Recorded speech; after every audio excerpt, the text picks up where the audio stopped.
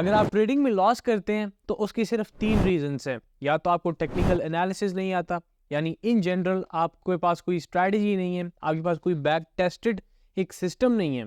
Second, आपकी psychology ख़राब है, यानी आप ट्रेड करते हैं, आपको लॉस होता है और आप जाके रिवेंज ट्रेडिंग करते हैं। या कोई और इस तरह का पर्टिकुलर रीज़न हो सकता है जिस वजह से आपकी साइकोलॉजी इफेक्ट होती है और आप दोबारा ट्रेड करने से हो सकता है डरते हो। तो ये पर्टिकुलर रीजंस हैं जो कि साइकोलॉजी में आ गए हैं।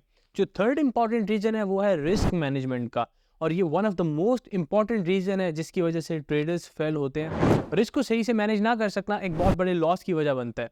यानी आप अपना पूरा पोर्टफोलियो जब एक ही ट्रेड में इन्वेस्ट कर देते हैं तो ऑब्वियसली जब वो ट्रेड 1% या 2% ऊपर जाती है तो आपका पूरा पोर्टफोलियो 1% या 2% ऊपर जा रहा होता है।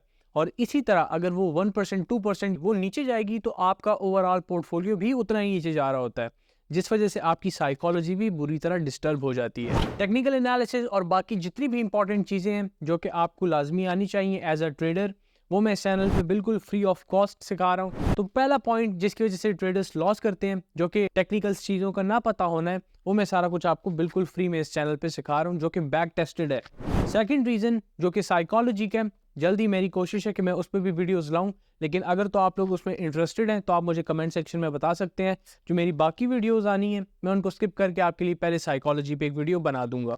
और लास्ट, रिस्क मैनेजमेंट, जो कि आज की क्लास ख़त्म हो जाने के बाद आपको मुकम्मल तौर पर आ जाएगा, यानी आप रिस्क मैनेजमेंट के मास्टर बन जाएंगे। विदाउट एनी फर्दर ड्यू करते हैं रिस्क मैनेजमेंट को discuss in depth. Risk management को अगर आपको मैं सिंपल टर्म्स में एक्सप्लेन करूं तो ये दो वर्ड से मिलकर बना है, रिस्क और मैनेजमेंट। अब इसका मतलब क्या है? इसका मतलब ये है कि आप अपने रिस्क को किस तरह मैनेज करते हैं। यानी आप अगर एक ट्रेड ले रहे हैं उसमें आप कितने % अपना पोर्टफोलियो एलोकेट करते हैं। अगर तो स्टॉप लॉस हिट हो जाए तो आपके अकाउंट पे एक खास % का लॉस होगा, ना कि आपका पूरा अकाउंट जो है उस पर्टिकुलर ट्रेड की वजह से बुरी तरह अफेक्ट हो जाए। रिस्क को मैनेज करने का तरीका बहुत ही सिंपल है। आपने किसी भी ट्रेड में अपने पूरे अकाउंट का 1% से ज़्यादा लॉस नहीं करना है। यानी अगर आप कोई पर्टिकुलर ट्रेड लेते हैं और उसका स्टॉप लॉस हिट हो जाता है तो आपका जो पोर्टफोलियो है उस पर 1% से ज़्यादा का लॉस ना हो। अगर आप ज़्यादा कंजर्वेटिव हैं तो मैं 1% का तब आपको बता रहा हूँ, वरना आप इसको 2% तक भी रख सकते हैं। मैं आपको एक एग्जांपल से एक्सप्लेन करता हूँ ताकि आपको फर्दर क्लैरिफिकेशन हो जाए। फर्ज करें आपका पोर्टफोलियो $1000 का है। अब उस $1000 का 1% क्या बनेगा? वो बनेगा $10। यानी अब आप कोई भी ट्रेड लेते हैं, अगर तो उस पर्टिकुलर ट्रेड का स्टॉप लॉस हिट हो जाता है तो आपको उस ट्रेड में 1% से ज़्यादा का लॉस ना हो। आप किसी कॉइन में एंट्री लेते हैं और उस कॉइन में जो आप स्टॉप लॉस रख रहे हैं वो 10% का है। अब अगर 10% का स्टॉप लॉस हिट होता है और आप पूरा $1000 इन्वेस्ट कर देते हैं तो आपको उस ट्रेड में $100 का लॉस होगा। लेकिन अगर आप सोचें कि उस ट्रेड में आपको सिर्फ 1% का लॉस किस तरह हो सकता है, किस तरह आप 9% का लॉस जो है वो बचा सकते थे, तो वहां पे आप कंसिडर करें कि आपने उस ट्रेड में $100 इन्वेस्ट किए। अब अगर तो उस $100 का स्टॉप लॉस हिट हो जाता है तो उस $100 वाली ट्रेड में आपको 10% का लॉस हो रहा है, यानी $10 का लॉस हो रहा है। और वो $10 आपके पूरे पोर्टफोलियो का 1% बन रहा है।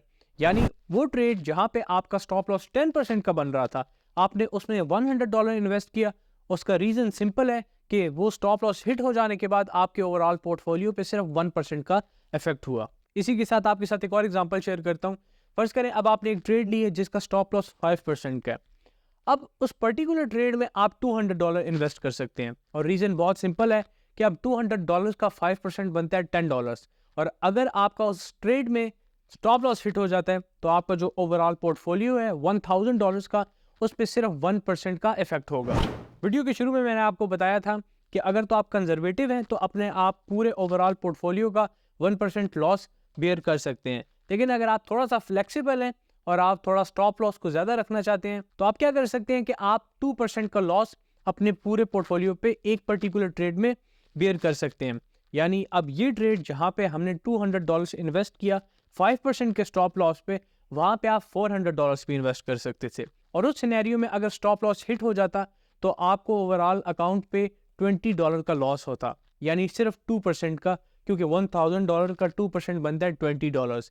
जबकि उस ट्रेड में जहाँ पे आपने $400 इन्वेस्ट किया उसमें आपको 5% का लॉस हुआ। सिमिलरली जहाँ पे आपने $100 इन्वेस्ट किया था वहाँ पे आप $200 भी इन्वेस्ट कर सकते हैं, और अगर स्टॉप लॉस 10% का है और हिट हो जाता है तो आपको उस ट्रेड में 10% का लॉस होगा, यानी $20 का, और आपका जो ओवरऑल पोर्टफोलियो है $1000 का, $20 उसका 2% बनता है। आज की वीडियो में हमने इन डेप्थ डिस्कस किया कि आप रिस्क को किस तरह मैनेज कर सकते हैं, और अगर तो आपको अभी कंफ्यूजन है कि आप अपने पोर्टफोलियो पे स्पेसिफिक परसेंटेज किस तरह निकाल सकते हैं, तो बहुत ही सिंपल फॉर्मूला है। आप जितना भी परसेंटेज निकालना चाहते हैं अपने पोर्टफोलियो का, आप उतना परसेंटेज लिख देंगे और उस परसेंटेज को आप मल्टीप्लाई कर देंगे अपने पोर्टफोलियो के साथ और डिवाइड कर देंगे 100 से। यानी अगर मैं 2% निकालना चाह रहा हूँ $1000 का, तो मैं 2% मल्टीप्लाई 1000 डिवाइडेड बाय 100, जो कि आपके पास $20 निकल के आ जाएगा। आज की वीडियो में हमने रिस्क मैनेजमेंट करना सीख ली है, लेकिन अगर तो आपके पास एक बैक टेस्टेड सिस्टम नहीं है, आपको नहीं पता ट्रेड लेते किस तरह, किन किन चीज़ों को देख के लेनी पड़ती है, कॉइन्स किस तरह फाइंड करते हैं, तो आप जाएं प्लेलिस्ट में और अपने डाउट्स क्लियर करें। और अगर तो आपका फिर भी कोई डाउट रह जाता है तो आप मुझे कमेंट सेक्शन में पूछ सकते हैं। आज की वीडियो में बस इतना ही।